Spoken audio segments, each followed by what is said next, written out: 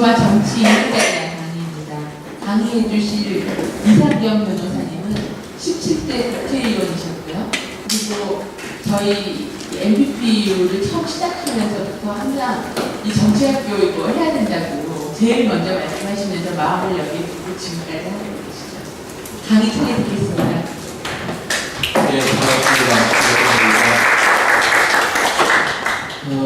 한 시간 반 동안 정말 지각적으로 좀 하겠습니다. 시간이 많지는 않습니다. 이거 다 읽어보고 오셨죠? 네. 내용이 사실 좀 여러 가지가 좀 빠져 있어요. 근데 이제 시간 제약도 있고 해서 필요한 것만 좀 넣고 마지막에 몇 개는 이제 아예 내용을 못 넣는데요. 오늘 강의 때 그때까지 할 수 있으면 하겠습니다. 정치 이념이라는 게 우리가 많이 하는 게 무엇일까요?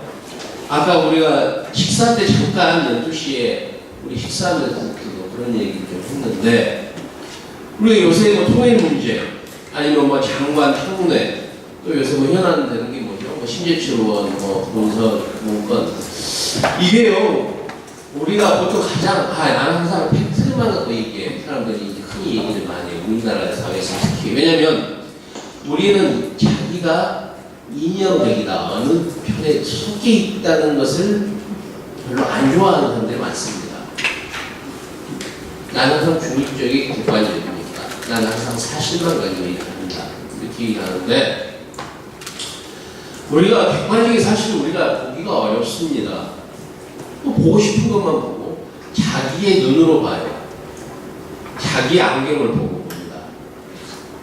자기 안경 색깔이 빨간색이면 빨갛게 보고 파란색이면 파랗게 봅니다. 객관적으로 세상을 볼 수 있는 사람은 극히 소수입니다. 다 그렇다는 건 아니지만 일반적으로 그렇게 됩니다. 시간적 제약도 있고 어떤 식견의 문제도 있을 수 있고 정보의 제한도 있고 여러 가지 이유 때문에 아무리 객관적으로 현실을 보고 싶어도 우리는 잘 볼 수 없는 경우가 많아요. 정말 의식적으로 노력을 하면 그렇게 될 수 있지만 그래서 이념이라는 것을 저는 이렇게 봅니다. 현실을 보는 하나의 눈, 하나의 안경, 하나의 프리즘이다. 지금 통일이 바로 될 것 같고 바로 핵이 될 것 같다고 보는 사람들도 있고 절대 김정은이는 핵을 하지 않을 것이라고 보는 사람들도 있어요. 그런 사람들도 많아요. 한국뿐만 아니라 미국에는 훨씬 더 많아요. 결국은 어떤 시각을 가지고 어떤 이념적인 틀을 가지고 세상을 보느냐에 따라서 세상의 여러 가지 현실들은 전혀 다르게 보일 수밖에 없습니다. 그래서 이념이라는 것은 결국 우리가 우리의 정치 현실을 보는 하나의 안경이다, 하나의 창이다 이렇게 볼 수가 있습니다. 그리고 그걸 가지고 각자가 현실을 규정을 하는 거예요. 현실은 우리가 보는 대로 그 현실이 되는 겁니다. 그래서 현실을 보는 창이다. 그리고 또 하나 제가 한 것처럼 정치에 우리가 어떤 사회가 좋은 사회다. 우리 사회를 어떻게 만들고 싶다. 각자의 생각들이 있습니다. 그 생각들은 그냥 생각이 아니고 뭔가에 의존해서 생각을 하게 되거든요. 하나의 이론이랄까, 하나의 모델, 하나의 이념, 이걸 가지고 우리가 세상을 보는 거죠. 그래서 좋은 사회는 이런 사회고 이렇게 나가야 돼. 교육은 어떻게 돼야 되고 경제 성장은 어떻게 돼야 되고 분배는 어떻게 돼야 되고 복지는 어떻게 돼야 되고 통일은 어떻게 돼야 되고 이걸 각자의 하나의 뭐랄까 그냥 간단히 얘기해서 이론 같은 걸 가지고 보거든요. 그리고 이렇게 돼야 한다고 생각하거든요. 그게 정치 이념이라는 것이죠. 그리고 정치 이념은 여기서 더 나아가서 구체적으로 예를 들어 복지는 어떻게 돼야 돼? 더 많은 사람이 복지를 누리는 게 좋을지 아니면은 최소한의 복지만 하고 나머지는 각자가 좀 자유롭게 하는 게 좋을지 그러면은 모든 사람의 보편적 복지를 하기 위해서는 어떤 정책이 이루어져야 되고 뭐가 어떻게 돼야 되고 이런 것들 하나의 그 지침이랄까 이런 것들이 또 정치 이념의 역할입니다. 그러니까 굉장히 중요하죠.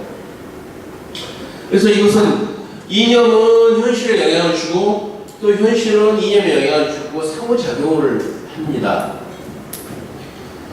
그 다음에 이제 역사성에 대해서 얘기를 했는데요. 역사성이라는 것은 뭐냐면 우리는 항상 사회를 살아가면서 옛날에 2000 몇백 년 전에 서양에서는 플라톤부터 동양에서는 뭐 공자, 모자가 2500년 전쯤인데요. 그때부터 뭐가 좋은 사회일까, 뭐가 좋은 국가일까에 대해서 항상 생각을 해왔습니다. 그래서 이렇다, 이런 사회를 만들자, 뭐 이제 그런 얘기를 계속 해왔고, 이제 동양보다는 상대적으로 서양에서 16세기, 17세기에 이런 생각이 아주 집중적으로 토론이라기보다 어떤 이제 그 당시는 철학자라고 하는 사람들이 많이 얘기를 했어요. 여러분도 잘 아시다시피 뭐 홉스라든가 로크라든가 또 몽테스큐에 등등의 많은 사람들이 좋은 국가는 무엇일까 이런 것에 대해서 집중적으로 논의가 됐고, 그런 생각들이 우리가 이제 알고 있는 용어들이 그 당시에 이제 다 만들어진 거거든요. 만들어지고 그 여러 몇백 년을 거치면서 이제 이게 오늘날 민주주의도 되고 이렇게 된 거거든요. 그래서 이제 오랫동안에 많은 사람들이 생각을 많이 해왔고, 그런 것이 현실을 만나서 구체화된 것이 이제 정치 이념이다. 그래서 역사성을 갖는다는 것이죠. 시대적으로 역사성을 가질 수밖에 없고, 그래서 어떤 이념이라는 것은 오늘날에도 영향을 주지만 또 오늘날에는 많은 변화를 겪으면서 어떤 생각들이 정리됐다. 항상 역사적이다.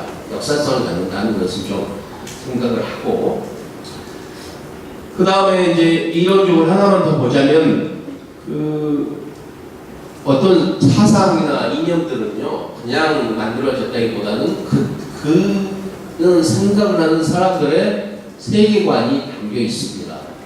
그 세계관에는 뭐 존재론이라는 거, 인식론이라는 거, 인간이라는 것이 뭐냐, 인간의 본성이 뭐냐, 사회라는 게 뭐냐, 사회라는 게 원래 존재하는 것이냐, 아니면 사회라는 것을 만들어가는 거냐, 이런 여러 가지의 우리가 갖고 있는 어떤 철학적인 가정이랄까, 전제라든가 이런 것들이 다 있습니다. 여러분들 각자 있죠. 세계에 신이라는 게 있느냐, 국가라는 게 뭐냐, 각각의 생각들이 있습니다. 이런 것들이 다 하나의 일관된 유기적인 연결을 가지고 하나의 세계관이 이루어지고, 거기에 기초해서 정치적인 이념들이 이제 만들어지는 겁니다. 그 부분은 이제 뒷부분에서 조금 더 이 부분을 좀 하고요. 그 다음에 이제 이 짧은 시간 안에 뭘 어떻게 해야 될까 참 고민을 하다가 크게 이렇게 있어요. 오늘 강의를. 이제 세계적으로 특히 이제 서양에서 정치 이념이 어떻게 발전돼 왔는가, 변화돼 왔는가에 대한 설명이 한 파트고, 비슷하잖아요. 우리 시대에 미국하고 우리하고 크게 다르진 않아요. 그렇지만 또 우리 나름의 역사적인 특수성이 있기 때문에 또 다른 부분이 있습니다. 그래서 두 번째로는 한국 상황에서의 이념이라는 것은 어떻게 변화를 가져왔는가. 이 두 개, 하나는 세계, 하나는 한국, 이렇게 나눠서 보려고 합니다. 그래서 이제 19세기하고 20세기의 정치 이념이랄까, 이데올로기 중에서 중요한 거 몇 가지만 설명을 하고, 그 다음에 한국의 현재 정치 이념이라는 게 어떻게 돼 있고, 우리나라의 특수한 그런 것들이 뭐가 있는가를 하고 이제 마칠까 합니다. 그 다음에 이제 몇 가지가 더 있는데 그때까지 시간이 될지 모르겠네요. 아무튼 그러면 서양의 정치 이념이라고 하죠. 우리가 그냥 동서양이라고 하는데 서양이라고 하는 게 좀 정확한 표현 아니지만 편할 것 같아요. 왜냐하면 현재 우리들의 하는 자유주의, 민주주의, 공화주의 이런 것들은 다 사실 16세기, 17세기 서양의 어떤 사상들을 우리가 받아들인 거거든요. 그게 이제 정착이 된 거죠. 그래서 서양 19세기를 살펴보면 19세기에 중요한 것들이 있습니다. 고전적 자유주의라는 게 있고, 고전적 보수주의라는 게 있고, 이제 마르크시즘이 있고, 한 서너 가지, 아나키즘 네 가지만 설명을 좀 하겠습니다. 다 들어보셨죠? 자유주의. 자유주의는 19세기의 자유주의가 있고 20세기의 자유주의가 좀 다릅니다. 자유주의는 간단히 얘기하면 자유가 제일 중요하다는 거예요. 자유가. 보존적 자유주의를 좀 보면은요, 여기서 제일 중요한 것은 결국 정말 이 보존적 자유주의가 없었으면 우리가 아직도 과거의 신분제 사회에 살고 있었을지도 몰라요. 이게 정말 인류에서 굉장히 중요한 생각이라고 사상이고, 이게 이제 현실을 바꿨다고 생각을 하는데, 자유주의 이거죠. 인간은 누구나 다 인간의 어떤 존엄한 권리를 갖고 있다. 그리고 인간은 자유로운 존재다. 자유가 제일 중요한 거예요. 인간의 자유. 인간의 자유를 가장 억압하는 게 뭘까요? 그 당시. 그 당시는 국가예요. 그 전에 뭐 17세기, 16세기는 왕이 그랬죠. 왕. 절대국가에서. 그 다음에 국가가 인간의 권리를 제일 제약을 하죠. 개인 사이의 이런 자유, 이런 것은 개인 간의 문제고, 결국 가장 인간의 자유를 위협하는 것은 국가입니다. 그래서 보존적 자유주의는 뭐냐면, 인간의 자유를 가장 최대화하려면 국가의 기능을 최소화해야 한다는 것이에요. 국가는 필요하다. 필요하지만 국가의 기능을 최소화하지 할 때 인간의 자유가 극대화된다. 이런 것이 가장 기본적인 생각입니다. 자유라는 건 뭐냐? 뭐 자유에 대해서는 뭐 정말 하려면 뭐 여러 가지 철학적인 의미에서의 자유도 있죠. 자유인지 자유. 요새 이제 뭐 뇌과학에서 인간은 뇌에 의해서 뇌가 결정하는 자유주의보다는 그런 자유부터 정치적인 자유, 법률적인 자유, 뭐 소극적 자유, 적극적 자유, 뭐 여러 가지 의미로 우리가 규정할 수가 있는데, 아무튼 여기서 자유는 우리가 스스로 내가 하고 싶은 거, 내가 하는 목표, 이런 걸 스스로 결정할 수 있다는 거예요. 그게 자유라는 거예요. 사회가 결정하는 게 아니에요. 옛날에 사회가 결정했죠. 자기 신분에 따라서 각자의 자유가 정해져 있었습니다. 귀족은 자유롭게 뭐든지 할 수 있었고, 예를 들면 또 소농은 거기에 주어진 자유, 그러니까 사회적으로 이미 주어진 자유의 범위가 제한이 되어 있었는데, 이제 그런 게 아니라 각자 개인은 자기의 목표, 자기의 가치, 자기가 자기의 뭐랄까, 이런 것을 스스로 결정할 수 있는 자유. 그러니까 이제 지금 우리가 생각하면 너무나 당연한 얘기죠. 그렇지만 그 당시에 봉건제에서 벗어났을 때 이 자유라는 것은 굉장히 혁명적인 의미를 가지고 있었죠. 이게 이제 개인주의의 출발이 되는 거예요. 개인이 제일 중요해요. 우리도 옛날 조선시대 보세요. 양반만의 문화가 있고, 양반들끼리 결혼해야 되고, 자유가 협소해 있고, 또 농민들, 또 노비들은 신분에 의해서 이게 억압이 되거든요. 그때는 개인주의라는 게 될 수가 없어요. 개인이 내가 최고다, 내가 모두 갈 수 있다. 그 봉건제에서는 개인이 아니고 사회나 신분이 결정을 모든 걸 하잖아요. 너 누구냐 물어보면 무슨 뭐 경주 이씨의 뭐 멧돼지 이렇게 얘기할 수밖에 없어요. 그것만이 그 사람을 가장 정확하게 규정하는 거거든요. 근데 지금 안 그렇죠. 너 누구냐? 그럼 이것만 하고 나는 지금 뭐 어디에서 일하거나 어디 학교 다닌다. 각자 개인이 스스로 각자의 정체성을 각자 갖는 것이 이게 개인주의인데, 이게 자유주의인 거죠. 그래서 이 자유주의는 좋다. 개인의 자유가 제일 중요해. 그리고 그러기 위해서는 정부가 작아야 돼. 그리고 그러기 위해서는 권력자의 힘을 제한을 해야 돼. 그러기 위해서는 왕이 있더라도 왕도 헌법과 법률에 따라야 돼. 이게 입법민주주의죠. 그리고 세금을 내든 뭐든 좋은데 그 법에 의해서 해야 돼. 우리가 뽑은 대표가 법을 만들고 거기에 따라서 내가 스스로 자유를 제한받을 수 있는 건 좋아. 그러나 왕이나 국가의 권력자들이 마음대로 내 자유를 침해하면 안 돼. 이게 입법민주주의죠. 또 자본주의도 이거 받아들여야 돼. 이게 이제 보존적 자유주의입니다. 근데 이제 그 시대에 자본주의가 초창기에는 자본주의를 다수의 사람들이 굉장히 거부를 했어요. 보수주의자들은 그걸 싫어합니다. 그래서 자유주의자는 그 당시 자본주의라는 것은 새로운 거예요. 그러니까 그러니까 자유주의는 새로운 것을 자꾸 받아들이면서 개인의 자유를 넓히려고 한 겁니다.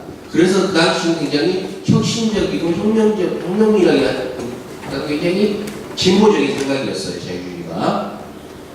그리고 사회를 과학적으로 우리가 파악할 수 있다는 굉장히 계몽주의적인 사고를 가지고 있었습니다. 보수주의자로 반대했어요. 그러니까 우리가 이성적으로 잘 판단해서 연구를 하면 사회적인 현상은 다 파악할 수 있고 사회를 좀 바꿔나갈 수 있다.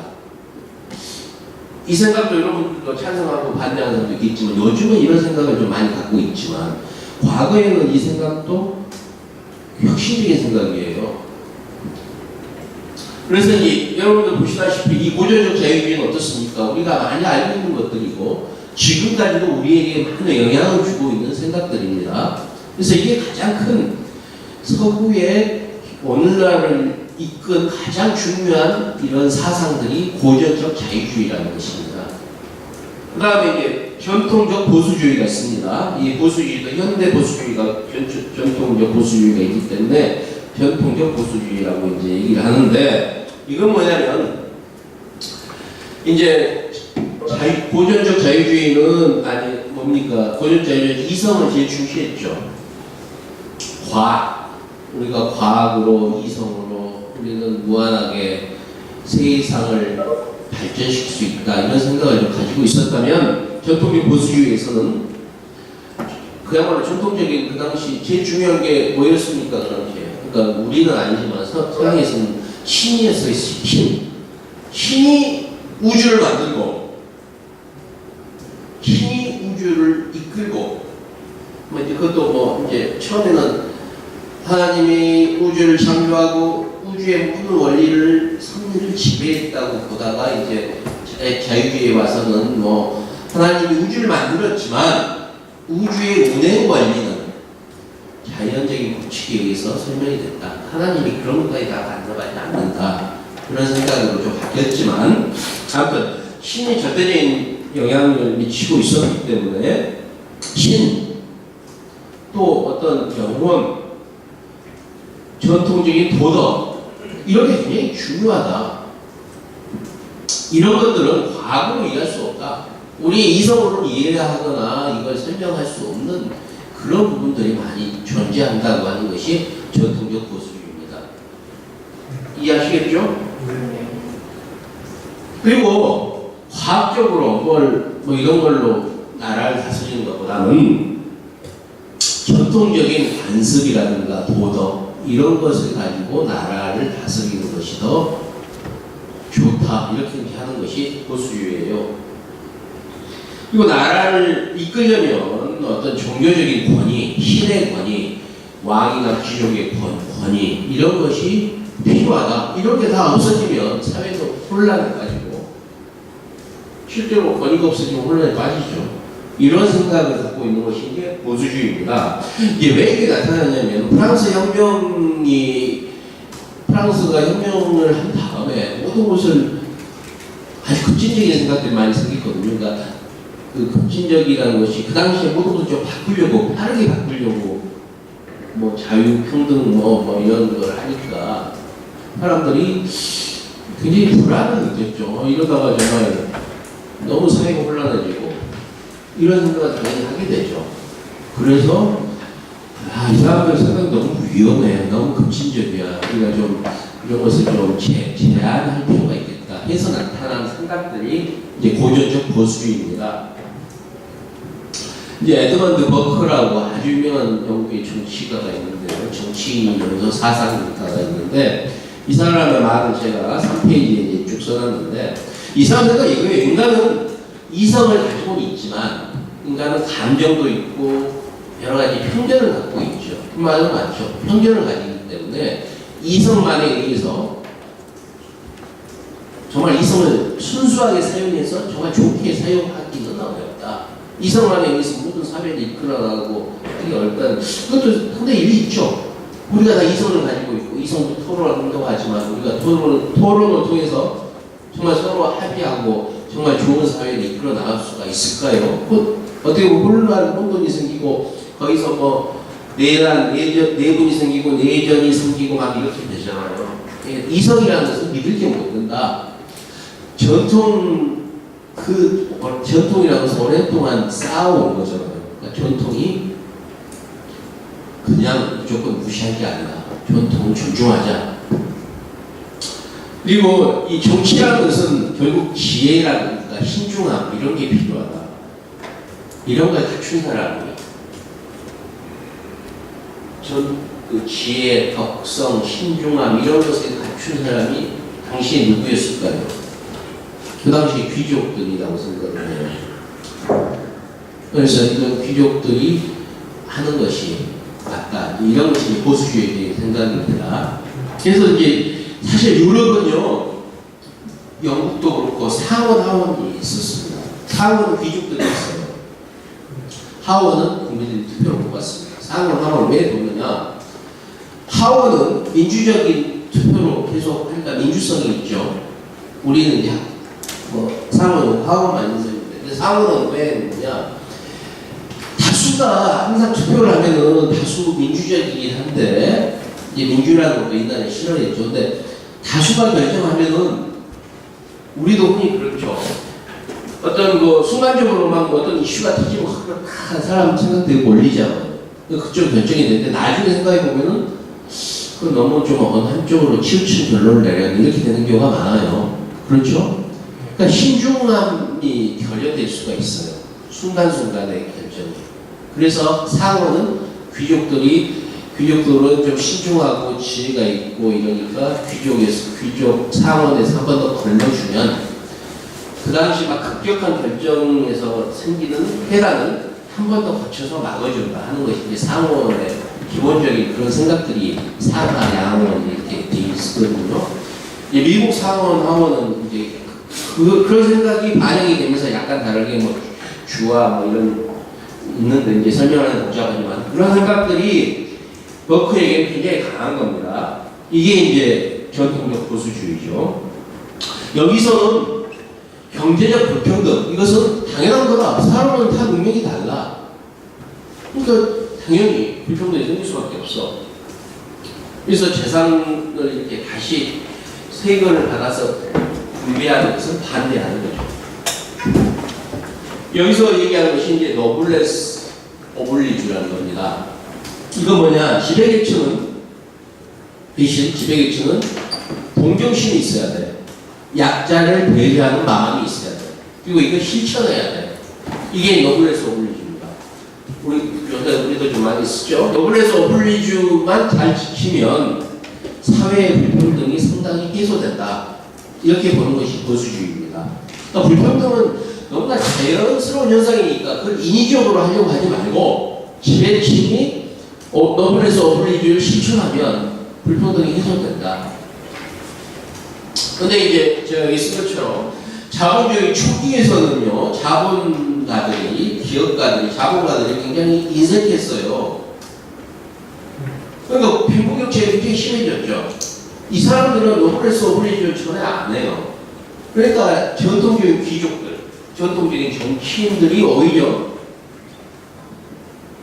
그런 노블레스 오블리주를 많이 했죠. 그렇게 해서 귀족의 권위가 유지가 된 거예요. 이렇게 자기 재산을 기부한다거나 아니면 사회복지법을 만든다거나 영국의 유명한 디즈니 수상이라든가 독일의 비스마르크 같은 사람이 이제 복지주의를 했는데 이제 사회과학자들은 그 사람들이 자기 지배체제를 유지하기 위해서 복지제도를 만들었다. 혁명을 방기하기 위해서 만들었다. 이렇게 이제 하는데 그것도 맞는 얘기지만 또 그런 사고가 있었던 거죠. 노블레스 오블리주의 생각을 갖고 있었고 그 실천을 했기 때문에 보수주의가 어떤 다수 상당 기간 동안 집권을 할 수가 있었는데 그런 게 있었습니다. 그 다음에 이제 세 번째는 아나키즘이라는 게 있었어요. 19세기에. 이 부분에서 조금 이걸 설명을 하자면 여러분 자연상태라는 거 들어봤습니까? 자연상태? 자연상태라는 것은 뭐냐면 이제 왜 도대체 국가가 왜 필요한가? 국가가 왜 필요한가를 우리가 이제 잘 생각을 해보면 물론 국가라는 것은 역사적으로 자연스럽게 생기긴 했지만 왜 국가라는 게 있어야 되지? 이런 생각을 하게 된단 말이에요. 그래서 이제 크게 거기에 대해서 우리가 자연 상태, 그러니까 국가가 없는 상태, 아무것도 없는 상태를 우리가 한번 생각을 해봅시다. 그런 상태가 자연 상태예요. 아무도 없어. 아무 국가도 경찰도 군인도 없고 국가 관료 조직도 없어요. 그러면 어떻게 될까요? 어떻게 될까요? 서로 힘센 사람은 서로 막 그 힘으로 강제로 뺏어오고 힘 약한 사람은 뺏기고 그게 정글 자연에서는 그렇죠. 어떻습니까? 힘 약한 토끼는 힘 강한 호랑이한테 잡혀먹히잖아요. 그렇죠. 뭐 그게 그냥 자연스러운 그냥 질서예요. 약육강식. 그게 이제 자연 상태라고 보고 그러면 어떻게 되냐? 사람이 불안해서 살 수가 없죠. 네. 그래서 자기 권리, 자기의 자유를 일정 부분 포기하고 하나의 정부를 만든다는 거예요. 사회를 만들어요. 그래서 야, 우리 각자 여기 모여라. 그래서 우리 자유를 좀 포기하고 국가를 만들고 사회를 만들어서 그 사회에 맡기자. 그럼 사회가 지켜준다 우리의 자유를. 다른 나라로부터 다른 사람부터 침략하는 것도 막아주고 힘센 놈이 무조건 약한 놈을 잡아먹는 것을 막아준다. 그게 이제 뭐죠? 이게 사회 계약이라는 거예요. 우리가 사회를 계약에 의해서 만들었다. 사회 계약은 이게 아주 중요한 우리의 어떤 사회의 이론이죠. 사회 계약서를. 그러니까 자연 상태라는 것은 완전히 약육강식의 사회고 국가를 만들어야 돼. 국가는 거대한 하나의 괴물이고 뭐 이제 이런 것들이 있어요. 뭐 홉스, 로크 이런 사람들 그런 얘기를 했는데 이런 생각이 대부분 한 90%는 이런 생각을 합니다. 우리가 누구나. 그런데 아주 소수의 사람들은 자연 상태, 아무것도 없는 이 자연 상태에서 인간은 서로 싸우고 서로 뺏고 이런 게 아니라 스스로 협력하고 스스로 자연스럽게 조화를 수 있다는 생각을 갖고 있는 사람들이 있어요. 굳이 우리가 국가를 만들어서 뭘 우리의 자유를 양보하고 국가가 우리를 다스리기 위해서 우리가 자유롭게 되는 게 아니라 그냥 아무것도 없어도 우리는 인간의 본성상 서로 협력해서 조화롭게 살 수 있다는 생각이 있습니다. 이게 아나키즘이에요. 아나키즘은 그럼 뭡니까? 왜 국가가 필요해? 쓸데없이 제도를 왜 만들어? 그러면 아나키즘에서 필요 없는 게 뭐죠? 첫째, 국가 필요 없어요. 국가가 만들어지면 오히려 우리의 자유를 억압하고 우리 것을 빼앗아가지 국가 없이도 우리는 잘 살 수 있어. 또 뭐가 있습니다. 학교, 공장, 사유재산, 교회 이런 것들 다 필요 없어. 인위적으로 만든 거예요. 이런 것이 아나키즘의 핵심 가상입니다. 우리가 아는 유명한 러시아의 가장 유명한 작가가 누구죠? 소설가? 톨스토이도 아나키스트예요. 톨스토이는 그 좀 아나키스트, 그러니까 무정부주의자인데 신을 믿는 무정부주의자예요. 하나님의 신앙심이 강한 무정부주의자고, 무정부주의에 다 달라요. 어떤 사람은 신을 믿는 사람도 있고 안 믿는 사람도 있고. 또 간디, 유명한 간디. 또 미국의 소로라는 사람이 있죠. 소로라는 그 사람도 자유 아나키스트. 이런 사람들이 상당히 많아요.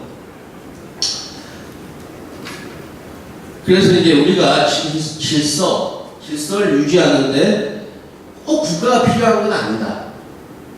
그러니까 이제 무정부주의라고 하잖아요. 아나키스트를. 그래서 이제 그 자치가 가능하다는 거예요. 그러니까 뭐 완전히 아무 조직도 없다는 게 아니에요. 그러나 국가라는 조직을 만들고 뭘 만들고 할 필요 없이 우리가 스스로 우리가 뭘 필요한 걸 만들어 갈 수 있겠죠. 필요하면 뭐 조직을 만들 수도 있고 또 필요하면 학교도 만들 수 있고 필요하면 뭐 교회 만들 수 있죠. 그게 다 필요 없다는 것이 아니라 지금 현재 상태의 교회가 뭐 이런 것들은 필연적인 것은 아니고 더 나은 상태로 우리가 만들어갈 수 있다. 이게 이제 무정부주의자입니다. 아나키즘입니다.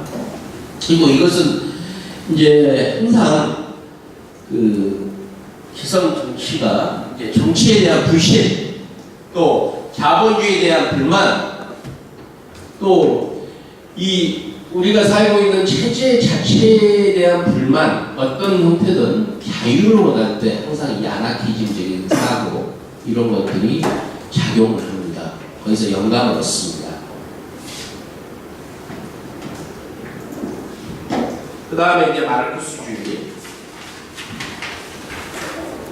5페이지 마르크스주의는 뭐 여러분들 뭐 다 너무나 잘 아는 내용이니까, 아니, 아는 내용은 우리 익숙한 용어니까. 근데 제가 간단하게 정리를 했는데요. 막스는 이렇게 보는 거예요, 사람을. 인간은 항상 노동하는 존재다, 노동. 그리고 인간의 가장 중요한 것은 경제 활동을 하는 것이라는 거예요. 근데 이거는요, 여러분들도 뭐 너무 당연한 거 아니냐? 이건 노동하는 존재고 인간은 경제 활동을 중시하는 거 아니냐? 이거는 막스가 특이한 생각을 한 거예요. 그 전에 예를 들면 서양에서 아리스토텔레스 같은 사람은 인간은 정치적 동물이고 노동은 노예들이 하거나 집에서 하는, 집안에서 이루어지는 활동이 경제 활동이에요. 그냥 시민은 공적인 문제를 이렇게 공공의 장소에서 옛날 아크로폴리스 같은 데서 모여서 거기서 협의하는 것, 거기서 인간은 가장 행복하다. 인간은 노동할 때 행복하다는 게 아니에요. 노동은 가능하면 안 하고, 경제활동은 필요하지만 가능하면은 그 여자들이 하건 뭐 외국인이나 노예가 하건 이런 활동으로 봤던 전통이 이어져 왔어요. 그러니까 인간은 본질상 노동하는 존재고, 인간의 활동은 궁극적으로 경제활동이라는 것은 우리가 볼 때는 너무나 당연한 것이지만, 그 당시 주류의 어떤 사고, 주류의 생각에서는 상당히 약간은 벗어나 있었고, 그 당시는 이제 19세기니까 뭐 그렇게까지는 아니지만 약간 벗어나 있었고, 그렇게 생각을 안 하려고 했었죠. 이렇게 할 겁니다. 그리고 모든 그 막스는 항상 모든 사회는 경제활동을 하고, 경제활동을 하면은 계급이 나뉘는다는 거예요. 지배하는 계급과 지배를 받는 계급이 있고, 지배하는 계급은 이것도 특이해요. 우리는 항상 지배자 하면 정치적인 걸 생각을 했잖아요. 정치적으로 뭐 예를 들면 왕, 귀족, 아니면 양반, 이런 사람이 지배자로 봤는데, 막스는 경제적으로 본 겁니다. 생산 수단을 갖고 있는 사람이 지배 계급이고, 이제 피지배 계급은 생산 수단이 없으니까 노동을 했다는 거예요. 중세에는 생산 수단이 뭡니까? 농업을 지을 때 생산 수단이 제일 중요한 거예요. 땅이죠. 땅을 갖고 있는 귀족이 지배 계급이고, 땅을 갖고 있지 않은 사람은 거기서 농사를 지어요. 농사를 짓고, 지은 뭐 농산물의 뭐 3분의 2, 뭐 반을 그 이제 땅 주인한테 주죠. 현대 자본주의에서는 현대 자본주의 생산 수단은 뭡니까? 뭐 자본이라고 하죠. 자본이라는 것은 이제 뭐 돈일 수도 있고, 그 기계나 이런 것이죠. 땅도 자본이고. 그럼 그걸 갖고 있는 사람이 지배계급이라는 거예요. 그리고 그걸 갖고 있지 못한 사람은 이제 노동을 해서 자기 노동의 대가를 받고 살아가는 것이죠. 그래서 항상 이렇게 되고, 피지배계급은 노동을 하면서 노동을 또 소외가 될 수밖에 없다. 그래서 노동이라는 것은 이게 창조적인 활동인데, 창조적인 활동이 아니라 그냥 시키는 걸 할 수밖에 없고, 그래서 항상 소외된다. 그래서 이 사회의 자본주의는 지속될 수가 없고, 결국은 노동자들이 혁명을 해서 사회주의로 갈 수밖에 없다. 이게 이제 막스의 기본 생각이죠. 이제 자유주의가, 그러니까 막스는 여기서 자유주의를 굉장히 안 좋게 봤는데, 이제 노동자들이 자기의 어떤 계급의식, 난 노동자야, 이런 생각을 가져야 하는데, 자유주의는, 아까 자유주의 가장 핵심이 뭐라고? 자유고, 가장 핵심은 개인이에요. 개인주의예요. 나 개개인이 한마디로 이런 거죠. 나는 우주에 내가 주인이다. 그 누구도 내 부모, 내 국가, 사회 그거 내가 있고 나서야. 내가 있으니까 가족이 있고, 내가 있으니까 사회가 있고, 내가 있으니까 국가가 있는 거야. 이게 개인주의예요. 개인주의라는 것은 막 이익주의가 아니고 개인이 가장 우선적인 존재고 내가 모든 걸 결정하는 존재고 내가 가장 중요해. 우주에서 가장 중요한 건 나뿐이라는 것이죠. 이게 개인주의예요. 근데 이런 개인주의가 노동자들은 이제 뭐 억압받고 소외돼 있고 이런 것을 깨달아야 되는데 개인주의가 그걸 막았다는 것이죠. 사회를 계급의 틀로 보는 게 아니고 개인 대 국가로 사회를 보게 하니까 노동자들이 스스로를 깨닫지 못한다는 것이죠. 그게 그래서 자유주의가 자본과 계급의 이해를 대변한다 이렇게 이제 표현을 하는 것이 그 이유입니다. 그리고 이제 대중의 아편이 종교다 이렇게 얘기하고 종교가 아편이라는 거예요. 왜냐 여러 가지 이유는 있지만 이제 종교의 부작용을 이렇게 합니다. 예를 들면 노동자들이 뭉쳐야 되잖아요. 근데 노동자들이 교회에 다니면서 교회 안에 또 얼마나 많은 뭐 논쟁이 있잖아요. 그러니까 그 자기 계급 노동자들이 자기끼리 뭉치지 못하고 종교에 빠져서 어떤 종교의 어떤 분열, 뭐 종교에도 이 편이 있잖아요. 그러니까 서로 반대편과 토론하고 논쟁하면서 그 노동자와 자본가의 어떤 대립을 잊어버린다. 이런 얘기를 하거든요. 그래서 종교, 자유주의 이런 굉장히 막스는 이제 싫어했습니다. 막스도 뭐 그렇게 그 다음에 20세기에는 많은 이념들이 또 사라지고 뭐 이렇게 첫 번째 공산주의. 이제 막스의 생각을 실제로 실천하면서 또 약간 바뀌거든요. 그리고 현실 공산가가 생기면서 또 이제 바뀌는 부분이 당연히 있겠죠. 그러니까 막스 이론을 기초로 한 공산주의라는 게 있었어요. 지금은 이제 공산주의가 거의 없죠. 공산주의를 지지하는 사람이 뭐 있겠지만, 뭐 이태리 같은 데는 아직도 공산당이 많이 좀 있지만, 그 이태리나 이런 데 빼고 유럽의 한두 국가 빼고 공산당을 지지하는 데는 없죠. 그러니까 그러나 공산주의라는 게 있었고, 파시즘, 나치즘이라는 게 있어요. 근데 이거는 이제 이미 일단 역사적인 유물로 사라졌으니까 설명을 안 하겠습니다. 그 다음 6페이지에 현대 자유주의라는 게 있습니다. 이거 현대 자유주의와 보수주의는 중요하니까 좀 간단히 설명을 좀 할게요. 자유주의는 아까 여러분들 고전적 자유주의에서 제일 중요한 게 뭐라고 했습니까? 개인의 자유를 억압하는 정부는 어떻게 됩니까? 기능을 최소화해야 돼요. 그 가장 핵심적인 그 당시 필요한 게 뭐라고 하냐면 나라를 지키는 것, 또 사회를 안전하게 하는 경찰, 그러니까 군대, 경찰 이런 것 정도 이외에는 나라가 더 이상 하면 안 된다고 보는 게 고전적 자유주의예요. 그러면 자유롭게 살 수 있잖아요. 근데 이제 그렇게 하다 보니까 어떤 현상이 벌어지냐면 빈부격차가 굉장히 심해지죠. 또 노동 문제도 심각해지죠. 여러 가지 사회 문제들이 또 많이 생겨요. 그러니까 경찰만으로 해결할 수 없는 사회 문제들이 많이 생깁니다. 그랬을 때 개인의 진정한 자유가 지켜지지 않는다. 결국 오히려 강한 국가만이 개인의 안전, 개인의 자유, 개인의 신체를 오히려 더 잘 보존할 수 있다고 하는 것이 현대 자유주의입니다. 아시겠죠? 그러니까 자유는 제일 중요한데 고전적 자유주의는 자유를 지키기 위해서는 국가가 정말 조그매져야 된다는 것이고 현대 자유주의는 아니야. 국가가 더 강해져야 돼. 강력하고 효율적인 국가가 오히려 자유를 더 잘 지켜줄 수 있다 하는 생각이에요. 그러니까 목표는 같지만 생각들이 많이 다르죠. 이게 현대 자유주의입니다. 왜 이런 것들이 생겼냐면은 아까 그런 빈부격차 노동 문제도 있지만 또 하나 공산주의, 파시즘, 나치즘 이게 그냥 가만 놔뒀더니 그런 이상한 세력들이 생겨서 결과적으로 공산주의나 파시즘이나 나치즘을 생각해보세요. 거기서 자유가 있습니까? 그 안에 자유가 없어요.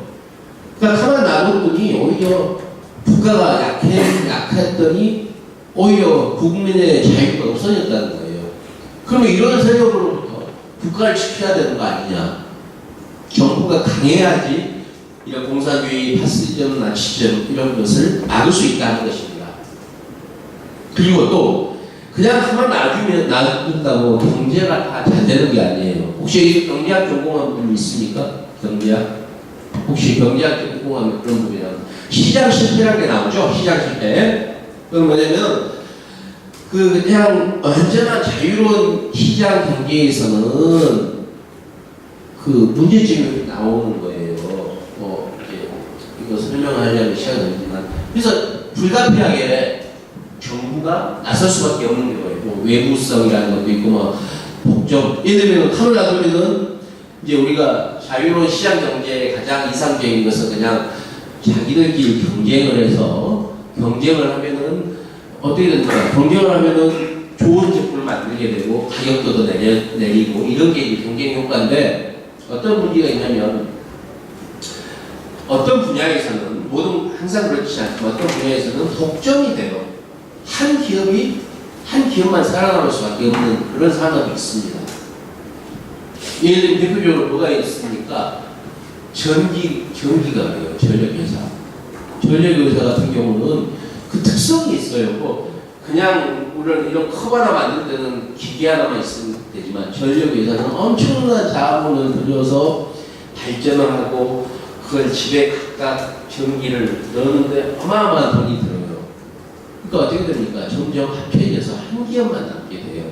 그래서 그런 경우는 이제 국가가 운영을 하죠. 우리나라가 그랬죠. 요새 민영화됐지만 그런 경우는 독점이 형성되기도 하고 또 뭐 외부성 문제도 있고 뭐 여러 가지가 이유가 있어서 국가가 개입을 하지 않으면 시장에 다 모든 걸 해결할 수 없다는 것을 이제 깨닫게 된 겁니다. 그래서 국가가 불가피하게 개입해야 한다. 그런 것들. 그래서 개인이 정말 더 많은 자유와 안전과 또 경제도 안정이 되기 위해서 이런 국가가 어차피 개입하지 않으면 그냥 국가가 아닌 자유방임으로 하면은 사회가 엉망이 되고 오히려 개인의 자유가 없어진다. 이게 현대 자유주의입니다. 자유주의에서는 이제 개인이 정말 자유로워지려면은 각자가 자유라는 게 뭘까요? 각자가 자기가 누리고 있는 아니면 자기의 목표를 실현할 수 있는 게 자유죠. 그러기 위해서는 기회가 있어야 돼요. 기회, 평등한 기회. 그러니까 더 많은 사람들이 적어도 결과에 있어서는 평등하면 안 되지만 기회는 평등하게 가져야 된다는 거예요.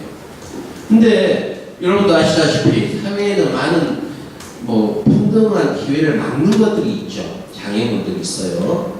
근데 이거 다 없애자는 게 자유주의 아니에요. 근데 그 기회를 막는 어떤 사회 전통, 어떤 사회적인 관습, 뭐 이런 규범, 관행 이런 것들을 바꿔나가자, 변화시키자.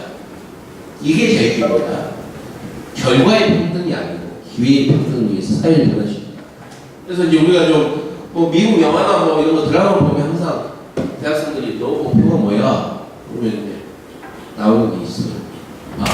난 이 세상을 변화시키고 싶어. 항상 그런 얘기가 잘 나오죠. 변화, 체인지. 이게 이제 이런 맥락에서 있는 거예요. 사회를 변화시키는 것이 우리의 젊은이들의 목표가 어떤 사회를 위해서 더 많은 기회를 갖게 하기 위해서 사회에 있는 장애물들을 제거하는 것. 결국 사회를 변화시키는 것. 그래서 이제 미국의 민주당은 항상 변화를 얘기하고 기회를 얘기하고 뭐 더 많은 변화, 사회를 변화시키는 것. 이게 이제 젊은이들의 그냥 자연스럽게 나오는 말이 있거든요. 그러니까 이게 현대 자유주의적인 사고가 미국에서는 그 대학 젊은이들, 뭐 동부의 대학 이런 데서는 자연스럽게 체화되어 있는 거예요. 이것을 이제 나중에 비판을 하지만, 그리고 이러다 보니까 이제 시민운동, 여성운동, 뭐 평화운동, 생태운동, 또 뭐 소수 뭐 인권 뭐 있죠, 뭐 게이, 뭐 소수 정체성자 이런 사람들이 다 이 현대 자유주의에 모여 있는 거죠. 자유주의는 사회적인 관습, 잘못된 관행, 잘못된 사고방식 이것을 깨트리려고 하기 때문에 이제 그런 사람들이 현대 자유주의의 우산 아래 모이는 겁니다. 그러면 국제 문제는 어떻게 할까요? 자유를 제한하는 것은 국내 문제도 있지만, 예를 들면 소련이 미국을 위협해요. 만약에 소련 때문에 공산화되면 미국이 자유로울 수 있을까요? 미국 국민들이 안 되죠. 그래서 안전을 위협하는 세력들에 대해서는 군사적으로 개입을 할 수도 있고, 그러기 위해서 국방력도 필요하다. 이런 것들이 자유주의다. 현대 자유주의. 그 다음에 이제 현대 보수주의가 있습니다. 대체적으로 그 미국의 민주당이 현대 자유주의라고 보면 되고, 미국의 공화당이 현대 보수주의라고 보면 됩니다. 거의 비슷합니다. 유럽은 좀 달라요. 유럽은 나오겠지만, 근데 이제 공화당 생각들이 현대 보수주의라고 생각하시면 돼요. 이건 뭐냐면은 이제 고전적 자유주의에서 현대적 자유주의가 완전히 다르게 나왔죠. 고전적 자유주의가 있죠. 고전적 자유주의는 뭐죠? 작은 정부를 원하죠. 또 시장에서 자유로 원하죠. 정부가 개입을 원치 않죠. 이게 고전적 자유주의예요. 여기에 또 옛날 전통적 보수주의가 있죠. 보수주의자들. 그 다음에 또 하나의 세력이 있어요. 뭐냐면은 뭐 이슬람이라든가 소련이라든가 이런 세력들에 대해서 강력하게 군사적으로 견제해야 한다는 그런 세력들이 있어요. 이 세 개가 합해서 현대 보수주의를 이루고 있다고 생각하면 됩니다. 그러니까 대충 어떤 그림이 그려지죠? 그러니까 현대 보수주의는 정부가 나가야 돼요. 시장에 개입하면 안 돼요. 그리고 사람들 사이에는 자연스럽게 상하 질서가 있어. 또 불평등한 것은 자연스러운 현상이 있죠. 또 뭐 외부의 적들에 대해서는 강하게 응징해야 돼. 이런 것들이 이제 보수주의 생각입니다. 근데 여러분들 이렇게 생각할 수 있어요. 현대 보수주의에서 레이건 같은 경우는 제일 군사력에 막 돈을 많이 썼잖아요. 왜 국방이 이렇게 강한데 작은 정부라고 하지? 근데 여기서 현대 보수주의자들이 얘기하는 큰 정부라는 것은 뭐냐면요, 단지 덩치에 예산이 많은 걸 얘기하는 것이 아니에요. 모든 사회 문제를 다 개입하는 정부가 큰 정부라는 거예요. 사회 문제 그냥 놔둬. 그냥 각자 알아서 하는 거야. 정부는 개입하면 안 돼. 국방력을 키우는 것은 외부의 적을 위해서 군대를 키우는 건 좋다. 또 사회 안전을 위해서 뭐 사회가 뭐 하는 것은 안전은 지켜야 돼. 그러나 사회 문제 뭐 여러 가지가 많잖아요. 뭐 교육 문제도 있고 뭐 인종 문제도 있고 이런 걸 다 왜 국가가 왜 그걸 나서서 하려고 하느냐? 안 된다. 국가가 나서서 왜 안 된다고 하냐면 이런 거예요. 국가는 그럴 능력이 없다는 거예요. 사회 문제를 국가가 해결할 능력이 없어. 그럼에도 자꾸 나서면 결국 개인의 자유만 침해하게 돼요. 이런 것이 보수주의의 생각입니다. 그리고 시장에 경제 국가가 개입을 하잖아요. 왜 개입을 하냐면 여러 가지 이유가 있습니다. 하나는 경제가 자꾸 뭐 경기가 있잖아요. 여러분들 경기가 알죠? 경기라는 게 이렇게 사이클을 이룹니다. 호황, 불황, 호황, 불황이 왔다 갔다 하는 거예요. 그러니까 여러분 이런 생각할 수 있죠. 왜 호황과 불황이 자꾸 이렇게 되지? 그러면은 불황이 되려고 할 때 정부가 개입해서 호황으로 계속 유지하면 되지 않을까? 이런 생각을 하게 되죠. 네. 그러니까 불황이 되려고 하면 정부가 돈을 찍어내고 정부가 돈을 많이 쓰면은 계속 호황이 될 수 있다는 생각을 하는 거예요. 케인즈 같은 생각을. 근데 이 사람들은 그거 해봤더니 인플레이션만 생기고 경제는 가만 놔두는 것이 제일 잔데 시장이 제일 모든 걸 해결해줘. 불경기는 있지만 불경제를 통해서 오히려 경제의 체질이 강화되고 다음에 더 경제가 발전할 수 있어. 이게 보수주의의 생각이죠.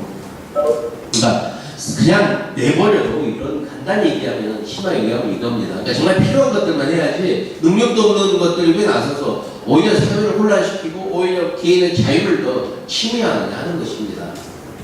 왜 이제 이걸 자세히 하냐면 이런 생각들이 이제 미국뿐만 아니라 유럽이나 한국이나 어느 시대에나 적어도 현대에서 이런 생각을 다 갖고 있는 상당수의 생각들이 있는 거죠. 왜냐면 이게 자연스러운 어떤 사고의 세계관의 귀결이기 때문입니다. 근데 이게 보수주의가 미국에서 1960년대에 이게 상당히 그때부터 이제 출발 좀 커지기 시작하는데요.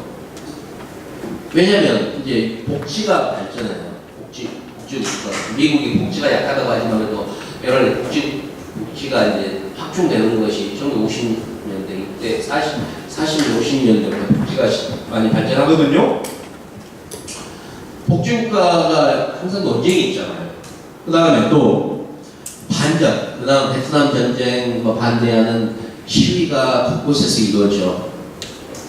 여성운동이라고 맨날 데모해. 민권운동. 흑인들 권리를 인정할 것인지 말 것인지 이제 이건 뭐 예를 들면 어떤 학교에 유명한 게 흑인 학생 입학 허용하느냐 마느냐 이제 이런 거 가지고 논쟁이 벌어지고 대법원 판결까지 나오고 미국에서 그래서 이제 뭐 일부는 흑인들 똑같은 권리를 주자 안 돼. 흑인은 투표권이나 이런 거 주지만 어떻게 흑인이 백인하고 똑같은 식당에서 밥을 먹고 똑같은 버스를 타고 똑같은 학교에 다닐 수 있느냐 이런 논쟁이 있는데 흑인의 권리 인정하는 민권운동 이런 것들이 이제 뭐 도시에서 폭동으로 바뀌고 유혈 사태가 나고 여기에 KKK라는 유명한 그 백인 우월주의자들하고 충돌이 있고 여기 되니까 이제 일반 시민들은 좀 항상 우리가 이제 사회에서 변화를 원하기도 하지만 또 일부는 좀 안정적으로 살고 싶다는 생각을 하는 사람들이 있잖아요. 이 시민들이 이제 여기에 대해서 조금 싫어하기 시작해요. 뭐 맞는 것 같긴 한데 너무 혼란스러워. 이러면서 차츰 이런 걸 좀 안정된 사회를 원하는 사람이 늘어납니다. 그리고 옛날에 좌파들 중에 일부가 이제 민주당 정권에 하는 여러 가지 정책에 대해서 불만을 품어요. 과거에는 정부가 필요했는데 이제는 그런 것을 정부가 너무 지나치게 개입한다. 이제는 시장이 모든 걸 해결할 수 있다. 해서 과거의 현대 자유주의자 중에 정말 영향력 있는 사람들이 레이건 쪽으로 공화당 쪽으로 옵니다. 레이건 전에 공화당 쪽으로 와요. 이 사람의 네오 컨서버티브, 네오콘, 신보수주의자입니다. 그러니까 가장 마지막에 합류한 사람들이죠. 그러니까 이 사람들은 원래는 자유주의자였는데 자유주의 정책에 실망하고 보수주의로 합류한 네오콘입니다. 근데 이 사람들은 이게 이제 강경한 쪽으로 바뀌었어요. 부시 정권 때 네오콘들이 뭐 완전히 장악을 하고 이라크 전쟁도 일으키고 뭐 하잖아요. 이제 이렇게 해서 현대 보수주의자가 과거의 자유주의, 과거의 보수주의, 그다음 네오콘 이런 게 합해지면서 이제 막강한 어떤 이론적인 걸 갖추게 됩니다. 그래서 현대 보수주의가 굉장히 강력해졌어요, 미국에서. 그리고 이제 보수주의자들은 미국으로 이제 설명할게요. 미국 민주당 이 사람들이 항상 너무 나약해. 봉쇄 정책, 공산당에 대해서 봉쇄 정책만 하지 정말 강력하게 대응을 왜 못하느냐. 대외 정책에 대해서 비판을 합니다. 그리고 그래서 이제 그 자유주의자들은요, 이렇게 이제 국제 문제는 이렇게 돼요. 자유주의자들은 그 국제적인 여러 가지 문제가 있으면 그걸 우리가 다른 나라 유엔에서 힘을 합쳐서 그걸 해결하자. 안 되면 군사적으로 개입해서 해결해 주자. 이런 입장이고, 이 공화당 쪽은 다른 나라의 문제에는 개입하면 안 돼. UN 이거 못하리야. 그리고 다른 나라에 개입하면 안 돼. 그러나 정말 미국의 위협이 되는 나라, 소련이라든가 이슬람에서 강력하게 힘을 보여주자 이런 입장이에요. 그러니까 고립주의적인 전통이 있거든요. 미국은 고립주의와 국제주의라는 전통이 쭉 있습니다. 국제주의라는 것은 국제가 협력하고 국제적인 문제에 미국이 개입해서 해야 한다는 것이고, 고립주의는 가급적이면 개입을 하지 말자 하는 주의인데, 이제 고립주의가 공화당의 전통과 연결되고 국제주의는 민주당의 전통과 이해되고, 그러니까 굉장히 복잡하잖아요. 그러니까 미국은 국내 문제하고 국제 문제가 있습니다. 그렇지만 일관된데, 우리나라는 아까 나비 보듯이 또 남북 문제가 있어서 이념적으로 복잡한데, 아무튼 그런 게 있습니다. 그 다음에 핸드폰 수준을 조금만 더 설명하면,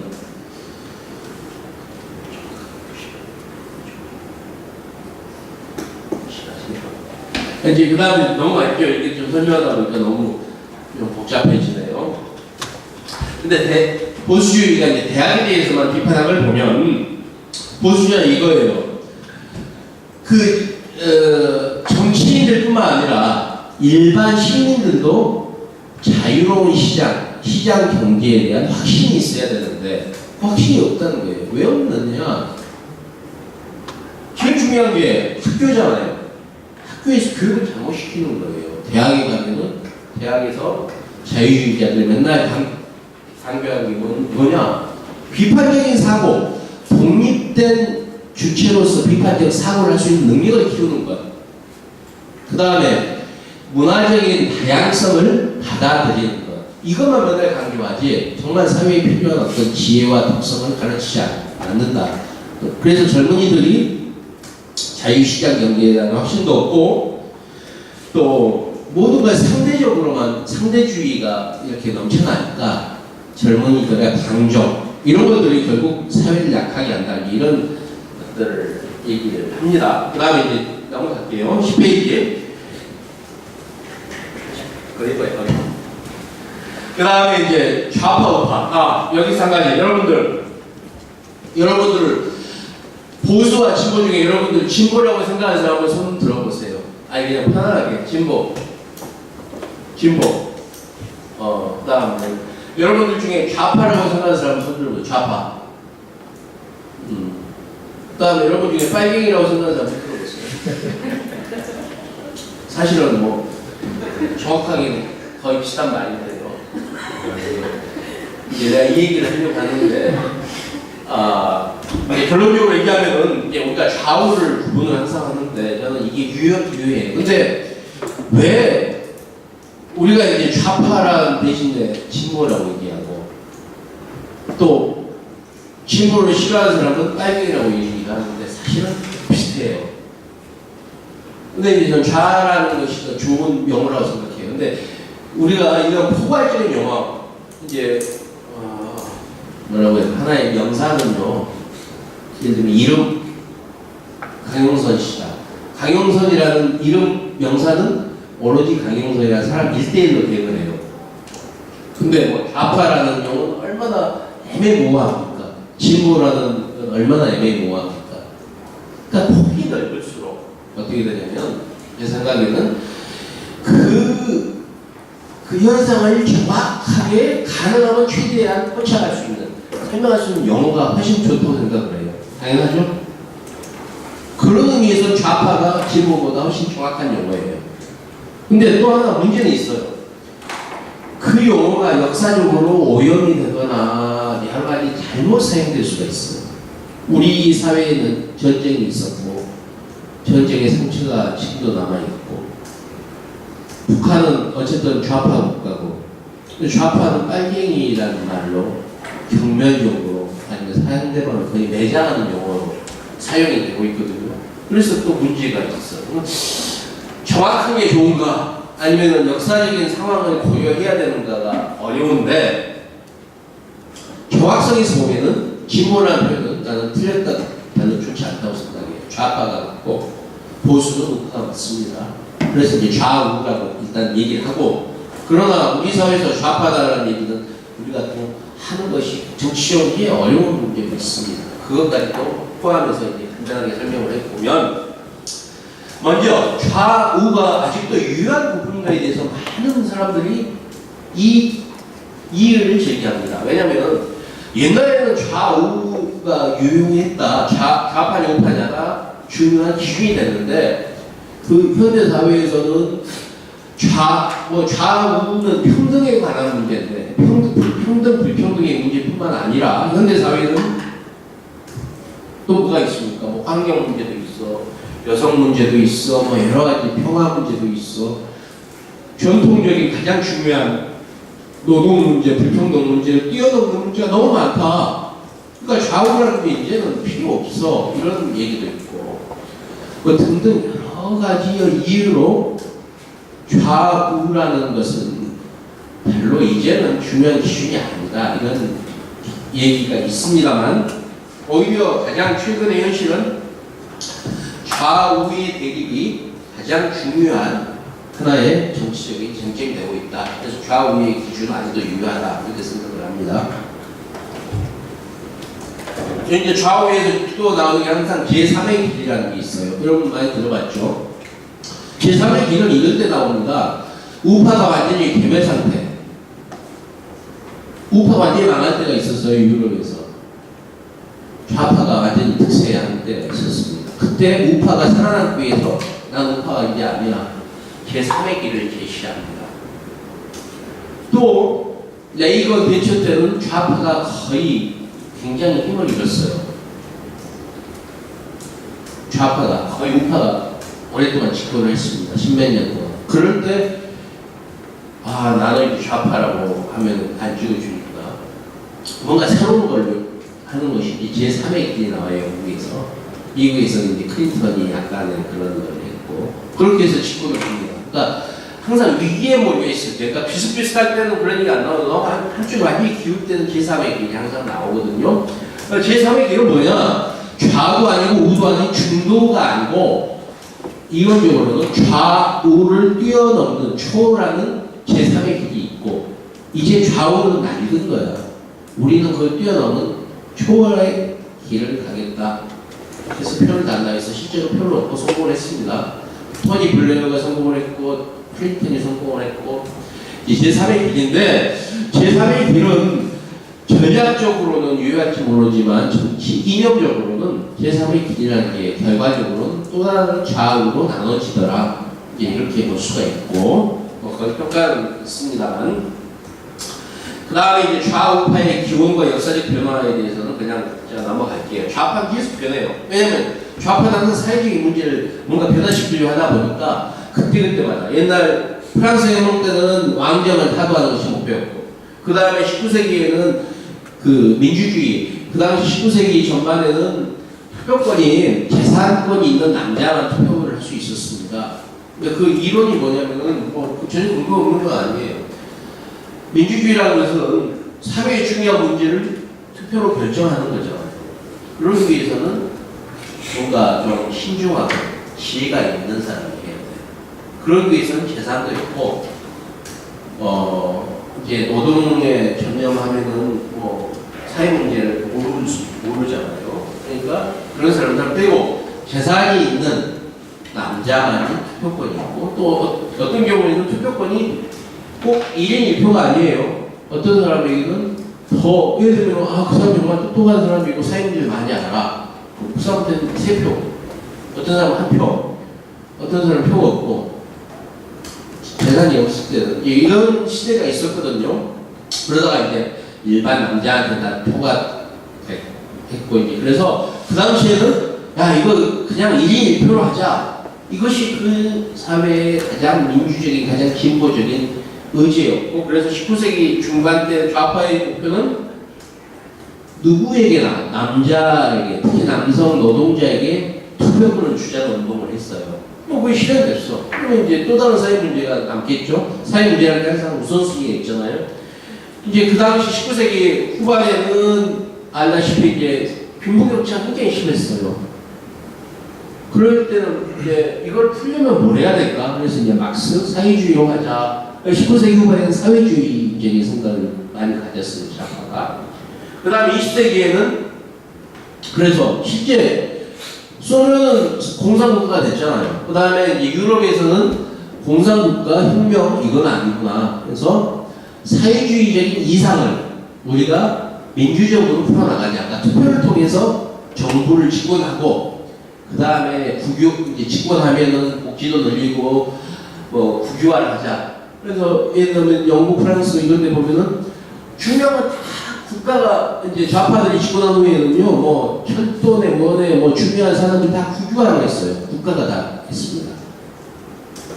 좌파. 그 다음 우파가 집권하니까 다 민영화를 했어요. 이제 이런 사이클이 있는데, 그 다음 20세기 후반에는 또 신좌파라는 게 등장합니다. 20세기 후반에 또 무슨 문제가 발생합니까? 소수자 운동이, 이제 노동계급은요, 20세기 후반 되면은 엄청난 힘을 생기고, 뭐, 노동조합이 생기고, 오히려 이 사람들이 강자가 됐다. 이렇게 생각을 하게 됐어요. 그리고 노동당, 좌파 정당이 항상 맨날 노동자 이익만 대변한다. 비판을 하게 돼요. 그러면 거기서 소외된 중산층들이 환경 문제도 있지, 또 뭐가 있습니까? 또 사회적 소수자들도 있지, 뭐 평화주의자도 있지, 이런 사람들을 묶어낼 수 있는 새로운 좌파 정당이 또 생깁니다. 신좌파라는 게 생깁니다. 그래서 늘 사회가 변하면서 좌파들은 변화하고 분화를 거듭합니다. 우파에서는 뭐 특별한 변화가 좀 상대적으로 적습니다. 그리고 이제 자유주의가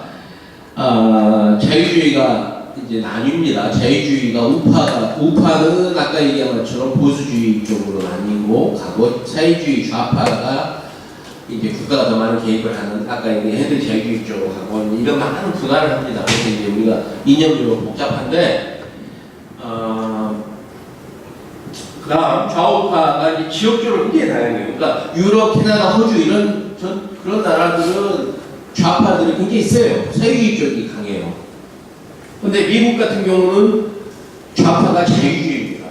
미국의 좌파 민주당은 자유주의, 현대 자유주의고, 미국 우파는 현대 보수주의입니다. 왜냐? 미국은 아주 독특한 역사 전통을 갖고 있어요. 그래서 미국 예외주의라는 게 있는데, 미국은 뭐 달라. 유럽은 귀족이 있지만 우리는 귀족이 없어.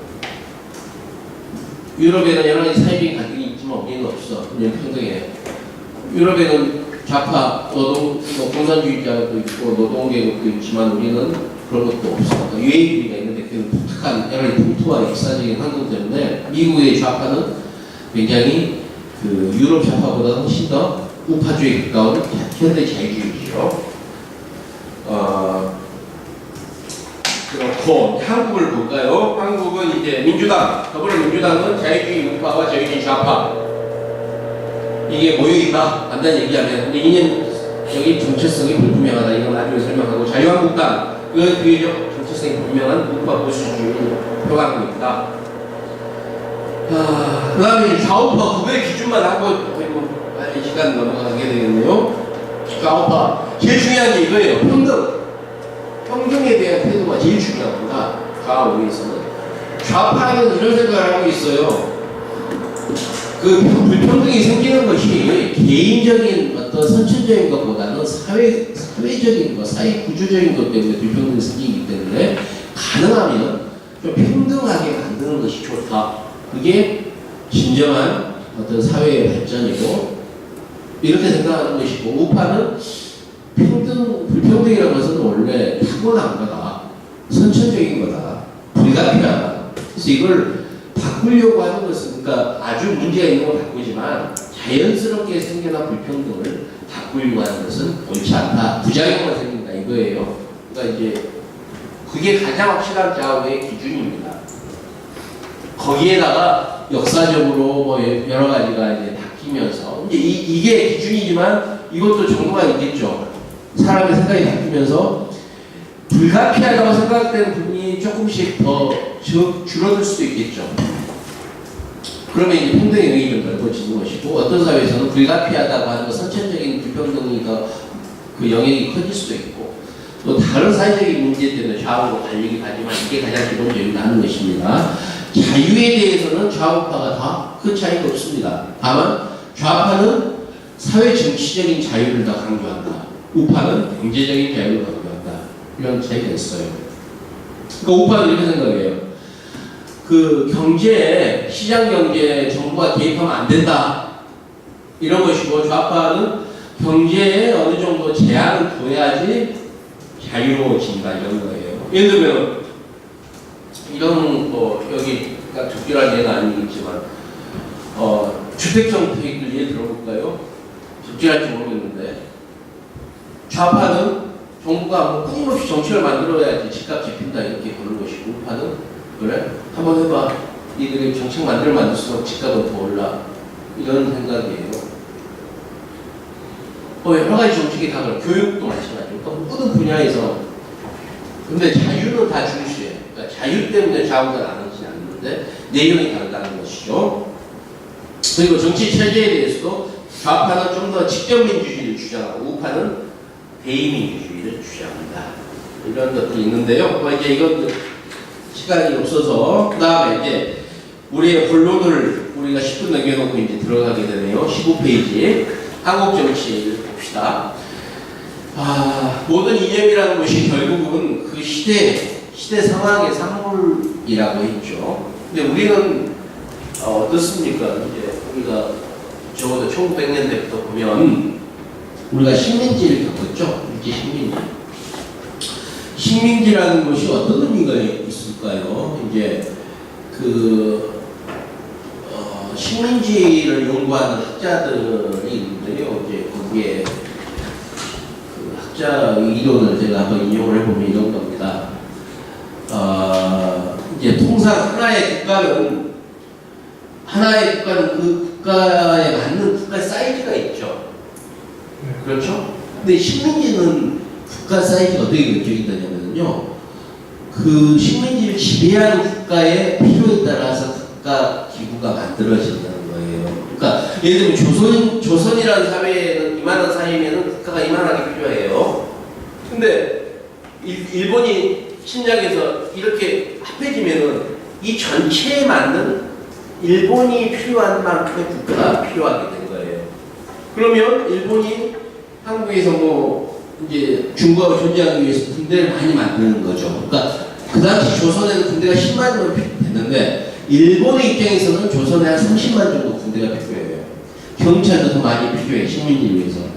그래서 어떻게 됐냐면은 식민지는 그 나라의 사정이 아니라 그 나라를 지배하는 나라의 필요이기 때문에 국가가 커진다는 거예요. 그게 이제 과대성장 국가론이라는 겁니다. 식민지. 이제 이걸 최장길 교수가 유난히 적용을 했는데, 우리나라는 일제 식민지였기 때문에 화력의 경찰들이 많아요. 군인도 많아요. 국가가 어떤 부분은 굉장히 국가 기능이 약하고 어떤 부분은 지나치게 강해요. 국가가 너무 강해. 그러니까 어떻게 되느냐? 국가가 사회에 비해서 지나치게 커지면 민주주의가 좀 약화된다. 이런 이론이 있어요. 그러니까 그런 일제 식민지 유산이 있어요. 첫째. 그 다음에 우리 6.25 전쟁이라는 게 있습니다. 저는 한국 전쟁이라는 말을 싫어합니다. 우리나라에서 왜 한국 전쟁입니까? 우리에게는 6.25 전쟁이 맞아요. 6.25 전쟁도 약간의 이데올로기적인 측면이 있을지 모르지만 한국이 한국 전쟁, 베트남 사람은 베트남 전쟁이라고 안 해요. 그러니까 우리는 남북 전쟁이라든가 아니면 6.25 전쟁이 맞는 것 같아요. 근데 진보적인 지식인들이 6.25라는 것이 갖는 그런 상징성 때문에 자꾸 한국 전쟁이라고 하고 코리안 워라는 미국의 잡지를 번역해서 학자들이 한국 전쟁 하는데 그건 좀 무슨 얘기죠? 6.25 전쟁이 있어요. 6.25 전쟁 겪은 다음에 그쪽 조금이라도 진보적인 좌파적인 정치가 허용이 될까요? 완전히 없어졌어요. 전쟁이 끝나면서. 그러니까 완전히 우파들만 남아있는 상태가 됐죠. 그래서 레드 컴플렉스가 굉장히 있습니다. 우리는. 그래서 좌파 이놈을 죽이려고 들고, 그래서 빨갱이라는 명칭을 부여해서 조금 진보적인 생각을 하면은 좌파로 몰아서 빨갱이로 몰아서 완전히 매장시키는 것이 상당 기간 있었거든요. 그걸 좌파를 이해 못해요. 좌파 생각을 갖고 있는 사람들도. 그래서 진보는 좋은데 좌파는 나쁘다 이런 얘기가 사실은 똑같은 거예요. 진보하고 좌파가 같다면 진보는 좋은데 좌파는 나쁘다 하는 게 어불성설인데 우리 사회에서는 이 말이 성립하는 거죠.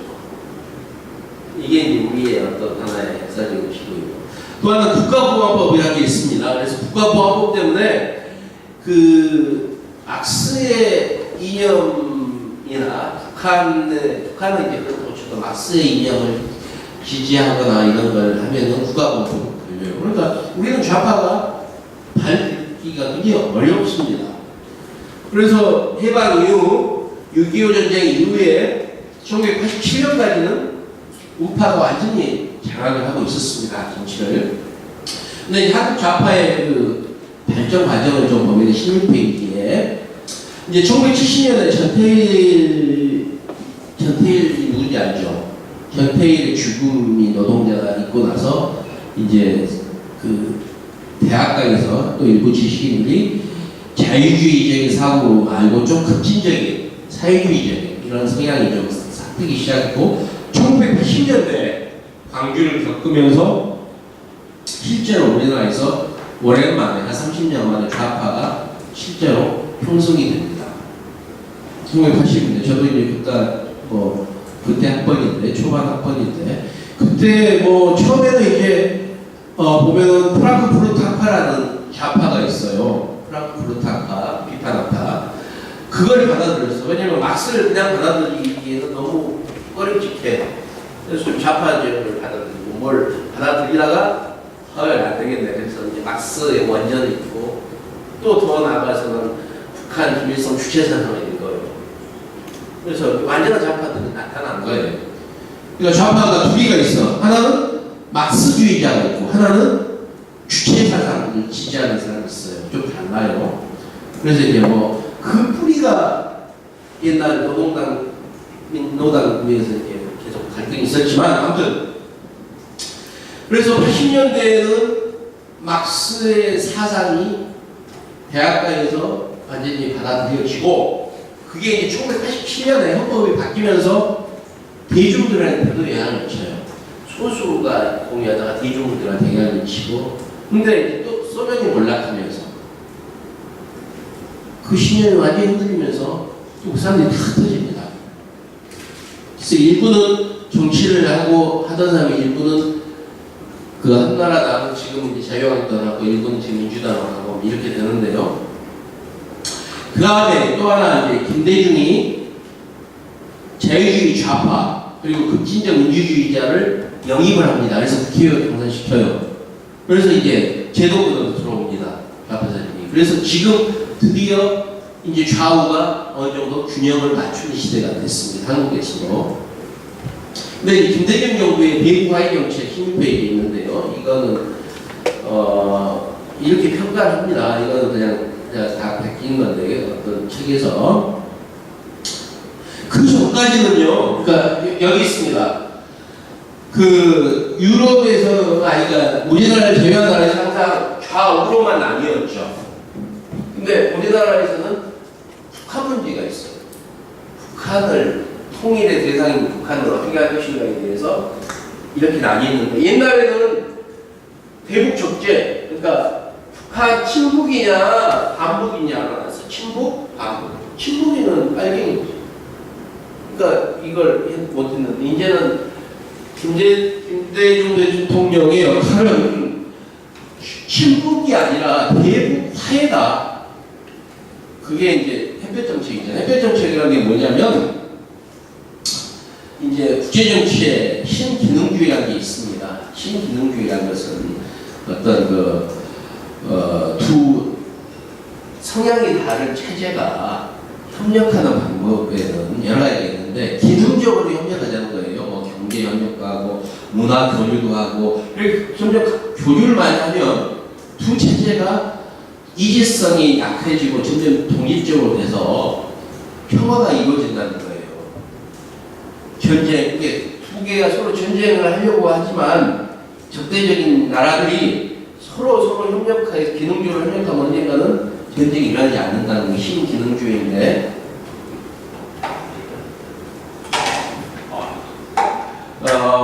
이제 햇빛 정책은 그거죠.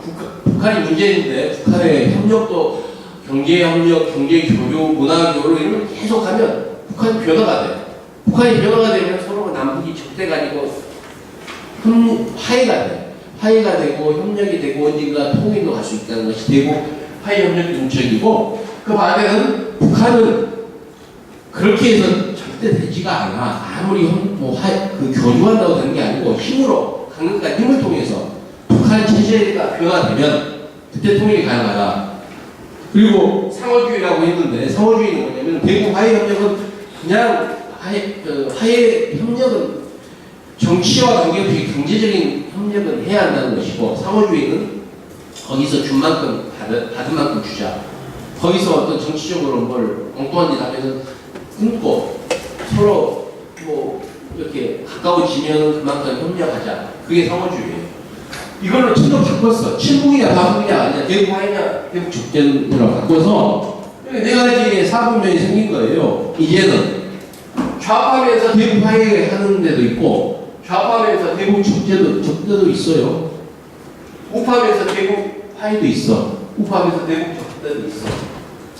이 사분면이 생겼는데, 대체적으로 좌파면서 대북 화해가 민주당, 정의당이고, 우파면서 대북 적대가 이제 바른미래당과 민주당, 아니 자유한국당이겠죠. 아무튼 이제 각자 다르지만 대충 이렇게 사분면으로 나눌 수 있다. 그래서 우리는 남북 문제가 있기 때문에 좀 더 이념적으로 좀 복잡하다, 이렇게 볼 수가 있겠죠. 그 다음에 뭐 이제 쭉 넘어가서 그 다음 몇 분이에요? 17페이지 마지막 정리를 하자면 이거는 한번 얘기해야 되겠네. 근데 이제 우리는요, 민주당 같은 경우는 정체성이 명확하지가 않아요. 이념적 정체성이. 왜냐면 거기에는 여러 균질하지가 않아요. 자유주의 좌파도 있고 자유주의 우파도 있고 뭐 여러 세력이 있어. 그리고 우리는 여러 가지 역사적인 상처가 있기 때문에 자기의 이념이 무엇이라고 명확하게 밝히는 것을 꺼려해요. 그건 정치로서는 사실 문제가 있지만 꺼려해요. 그러니까 그러다 보니까 자기 이념적 정체성이 명확하지가 않아요. 그래서 가장 중요한 결정 기준이 여론이 되는 거예요.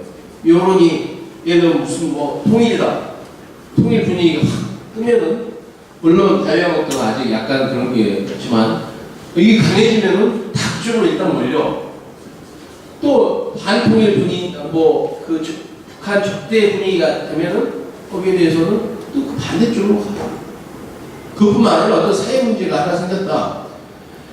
예를 들면 학생, 애들이 중학생이 막 폭력이 엄청나게 생기고 하면은 소년법 없애자, 이쪽으로 싹 몰려. 일단 또 반대 문제가 생기면은 또 소년 인권 문제로 또 가. 이게 무슨 기준도 없고 이념 정체성도 없고 여론이 최고예요. 이게 지금 우리 정치의 좀 문제인데, 그래서 이념적 정체성, 그게 체화되어 있지가 않고 거기에 대한 그 신념이 없는 거죠. 그게 이제 한국 정치 이념적으로 봤을 때 그렇게 봅니다. 그 다음에 특이점이 18페이지 마지막인데요. 특이한 거 한 세 가지만 한번 이제 끝낼게요. 첫 번째, 한국에서 진보는 굉장히 인기 있는 정치 상품이라고 봅니다. 모든 여론조사를 해보면은요, 한 10년 전부터 모든 사람들의 진보적인 게 굉장히 높아요. 예를 들면 성장보다 분배, 경쟁 제한 교육보다, 수월성 교육보다 공평한 교육, 이게 훨씬 높아요. 모든 부분에서 그러는데, 여기에는 진보는 좋은 것이고 보수는 나쁜 것이라는 인식이 있는 거 아니냐 하는 학자들도 있고, 재밌는 건요, 옛날 2007년 대선 때 정동영, 또 이명박, 또 누구였죠? 아니지. 그러니까 한국당이 이명박이고 민주당이 정동영이고 또 문국현도 있고, 누가 제일 진보적이에요? 문국현이 진보적이고 정동영이랑 이명박인데, 국민들은 압도적으로 이명박이 가장 진보적이라고 했어요. 여론조사. 그거는 뭘 의미하느냐? 인기가 있으면 진보적인 거예요.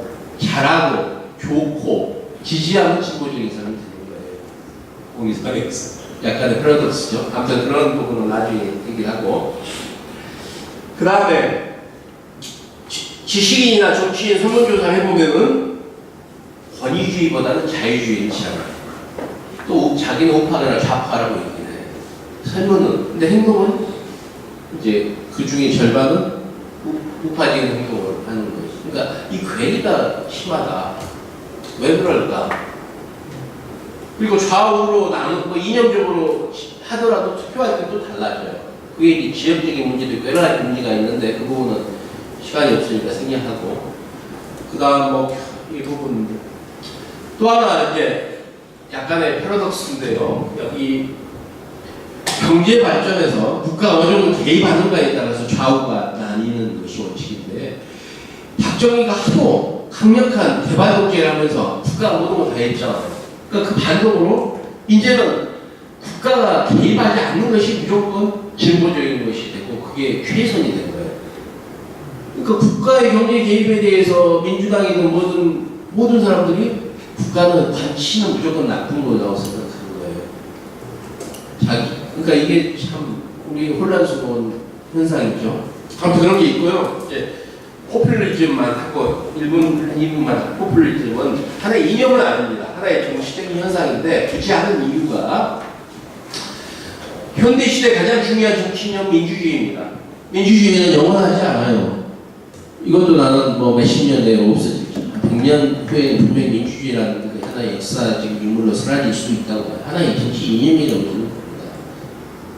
그리고 지금 현대에서 민주주의를 받아들이는 데가 얼마나 있을까요? 전 지구상으로 보면은 뭐 4분의 1이나 될까요?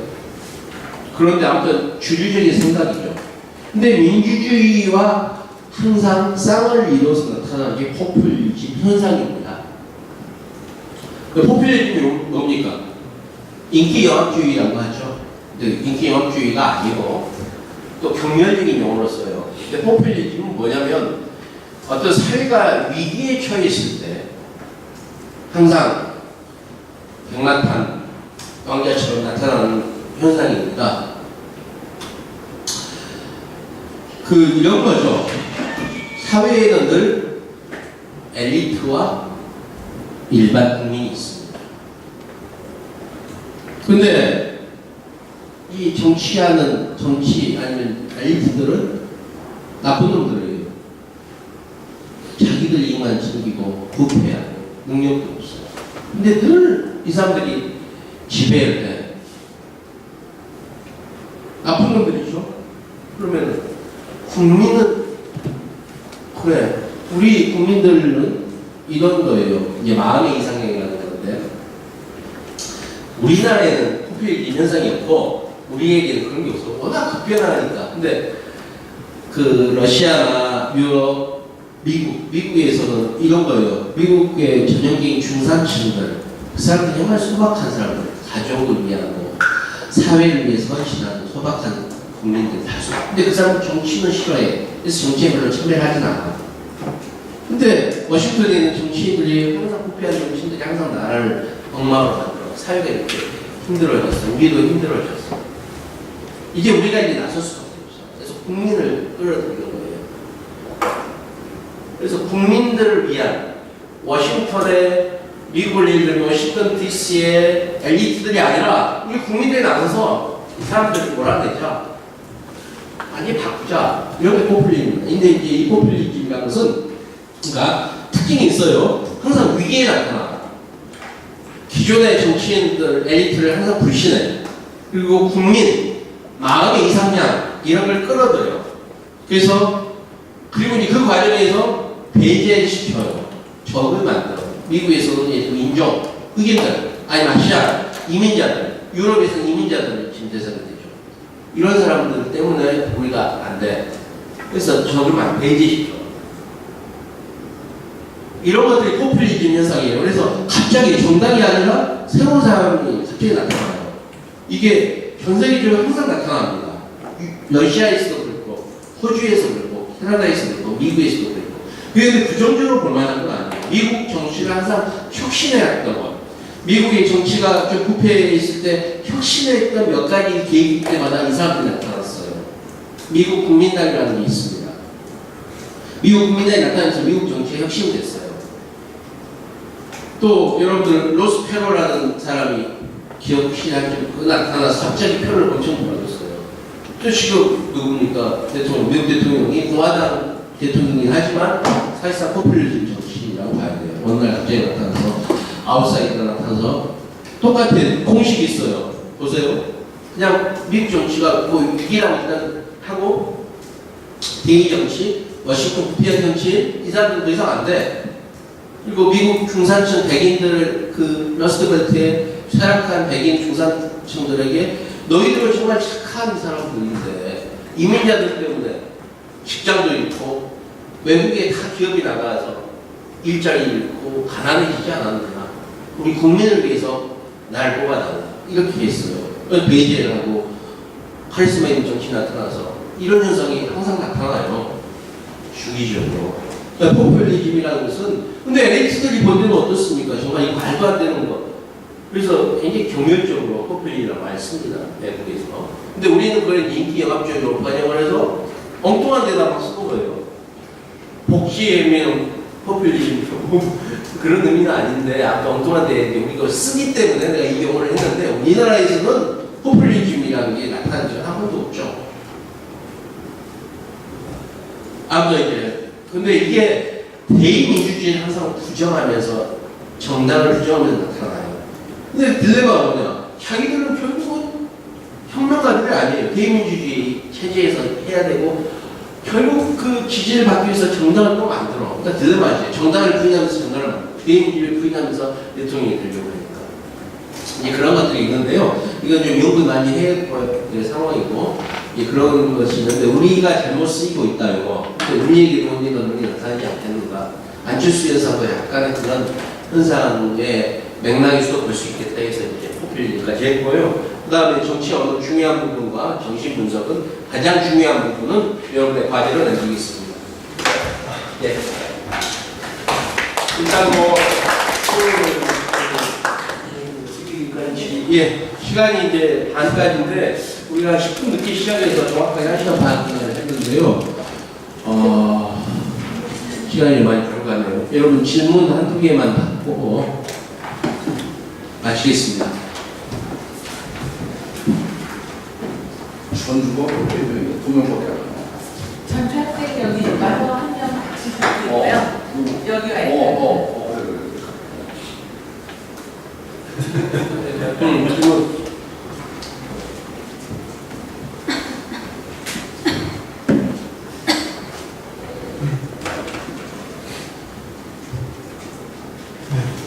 변호사님 강의 잘 들었고요. 제가 이런 이념들에 대해서 변호사님한테 처음 이렇게 소개를 받은 것 같아요. 체계적으로 받은 것. 그래서 약간 아직 헷갈리는 그런 부분이 있는데 그게 뭐냐면 고전 자유주의와 현대 보수주의가 국가 최소화라는 면에 있어서 공통점을 가지고 있는 것 같은데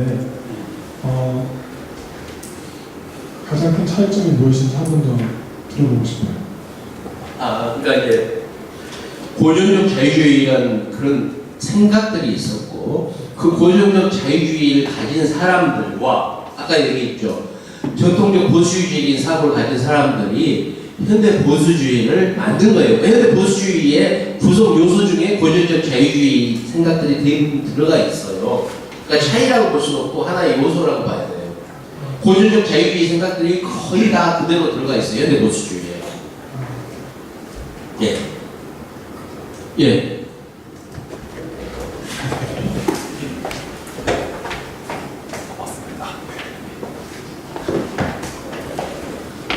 안녕하세요. 오늘 너무 잘 들었습니다. 네. 제가 여쭙고 싶은 거는 저는 정치학교 서울 나학교입니다. 네, 제가 여쭙고 싶은 거는 누군가는 그 좌우파의 문제를 무엇을 지지하고 지지하지 않고의 문제가 아니라 현실성에 맞는 속도 차이의 문제라 봐서 예를 들어 그분의 입장은 좌파와 우파 프랑스 혁명 당시에 좌파 쪽은 자코뱅이고 우파 쪽은 지롱인데 이쪽이 나눠진 결정적인 계기가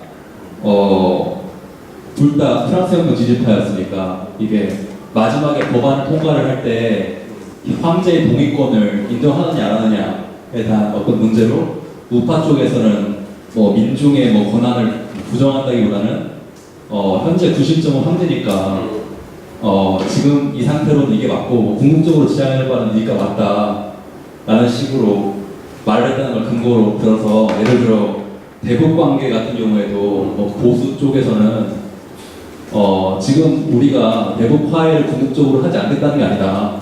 뭐 지금 현실적인 상황을 봤을 때 뭐 우리가 봤을 때는 뭐 대북 접대가 지금 현실적으로 맞고 이거를 방탄 삼아서 궁극적으로 대북 화해로 나아가자라는 어떤 주제가 있을 것 같아서 그러니까 좌우파를 저희가 의제에 대한 찬성과 거절로 가야 되는지 아니면은 속대에 대한 문제로 가야 되는지 궁금해서 여쭤봤습니다.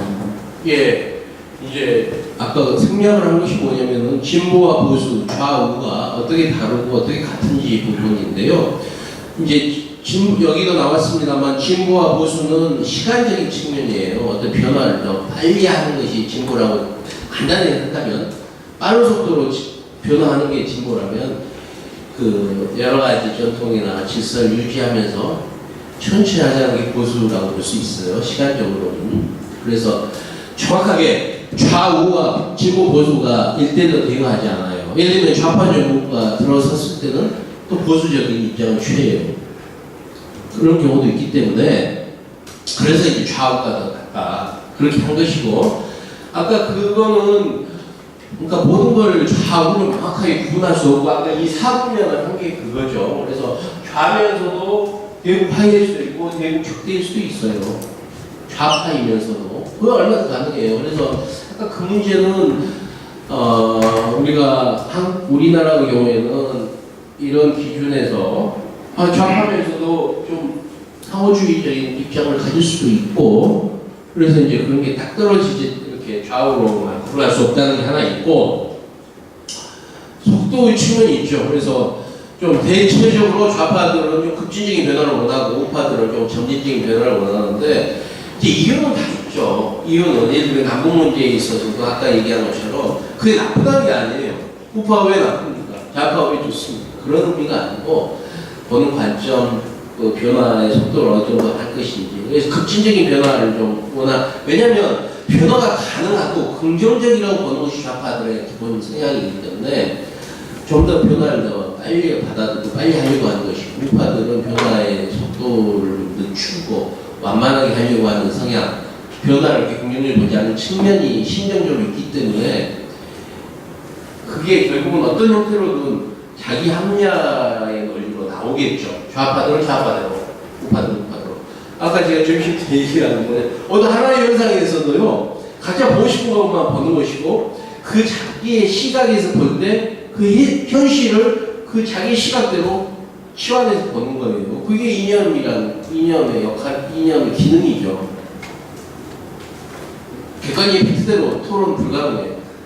이게 정치적인 분야뿐만 아니라 모든 부분에서 그렇다고 보거든요. 가장 첨단의 현대 물리학에서도 자기의 이론에 따라 현실이 완전히 달라집니다. 현실이 구성됩니다. 정치에서 더 말할 게 없겠습니다. 팩트라고 존재하지 않아요. 팩트라고 믿는 것이 있을 뿐이지. 내가 한 말씀 드리고 돼요. 예. 그 검사하시면 안 들려요. 저기 마이크 여기 유선 있어요. 네. 오른쪽에. 이거? 예, 보고 쓰세요. 네. 원래 난 전공이 정치학이에요. 내가 국립모스크바대학교에서 정치학 교수를 했었는데 전 세계 어디 가도 대한민국처럼 복잡하게 좌파 우파 따지고 진보 보수를 이렇게 심각하게 따지는 나라를 아마 드물 거예요. 좌가 어디 있고 우가 어디 있고 진보가 어디 있고 보수가 난 그렇게 생각해요. 왜냐하면 보수라는 개념은 기본적으로 현재 가지고 있는 모든 체제를 그대로 유지하는 습성을 가진 집단을 보수라고 얘기하는 거예요. 그러면 대한민국의 민주당이 진보입니까? 보수입니까? 보수예요. 엄밀히 말하면 대한민국의 자유한국당이든 민주당이 전부 다 보수 집단이에요. 대한민국에서 진보적인 성향을 가진 진보라고 부를 수 있는 당은 딱 정의당이나 조금 진보라고 말할 수 있을까? 그 정도예요. 그러니까 여기 이걸 정착을 강의하면서도 아까 우리 이상경 변호사께서 말씀하신 대로 자기가 보려고 하는 쪽만 본단 말이지. 나 아니면 다 틀린 거야. 나 아닌데, 나 우리 동지가 아니면 다 적인 거야. 이런 생각을 가진 그런 나라들은 정치적 발전이 없어요. 그래서 여러분들이 정말 개념을 정확하게 설정을 해서, 야, 우리가 뭐 같은 똑같이 나라를 발전시키자고, 국가를 발전시키자는데 좌가 어디고 우가 어디고 진보가 어디고 보수가 어디냐. 이런 생각을 가지고 여러분들이 계속 토론을 하고 앞으로 여러분들이 세상을 살아가면서 그걸 하나의 큰 덩어리를 묶어내야 돼요. 그게 국가 발전을 위해서. 이해하시겠습니까? 네. 너무 그런데 민감하게 하지 말라. 이런 부탁을 드리고 싶어요. 이상입니다. 우리 전 의원님은 민주당 국회의원이시기 때문에 내 말이 또 틀리다고 할 수도 있어요. 근데 민주당은 보수야. 아니, 저는 그렇지 않고요. 저는 이 무당독자뿐만 아니라 질문 하나 좀 받을까요? 예. 이건 마지막 질문으로 하시죠. 네, 마지막 질문. 아까 전에 이제 저는 서울학생 김민주 학생 아까 전에 이제 말씀하셨던 게 정치인이 이제 추구하는 자기 정치적 이념적 정체성을 밝히는 게 중요하다고 말씀하셨는데 그 예전에 이제 국회의원을 하셨잖아요. 그러면 이제 이상현 변호사님께서 가지고 있는 이념적 정체성이 어떻게 되고 그거를 이제 갖추게 된 계기라고 할까요? 그거를 설명해 주실 수 있을까요?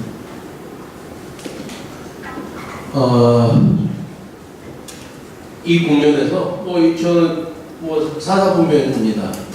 근데 이제 저는 이 좌도 다양하죠. 우도 다양하고 모르겠어요. 저는 우파주의에 가까운 좌파라고 하나 중도나 이렇게 되겠죠.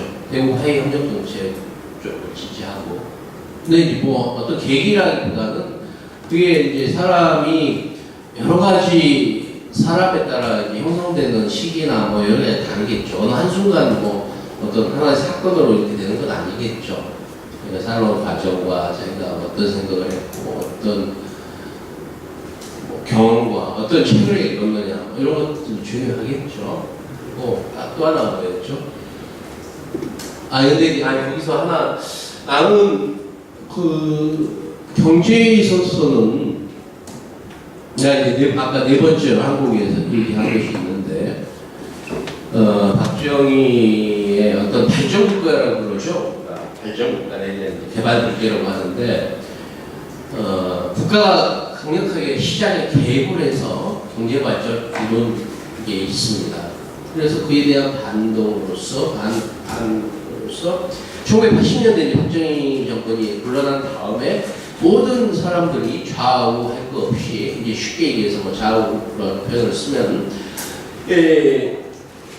시장 경제, 민영화, 관치 경제 해소가 가장 진보적인, 그러니까 더 나은 방향이라고 생각을 했고 그런 것들이 지금도 남아 있어요. 그게 이제 인간의 한계죠. 인간이 자기가 한 경험, 자기와 가까운 경험을 벗어날 수 없어요. 초월할 수 없어요. 초월하는 아주 소수가 있죠.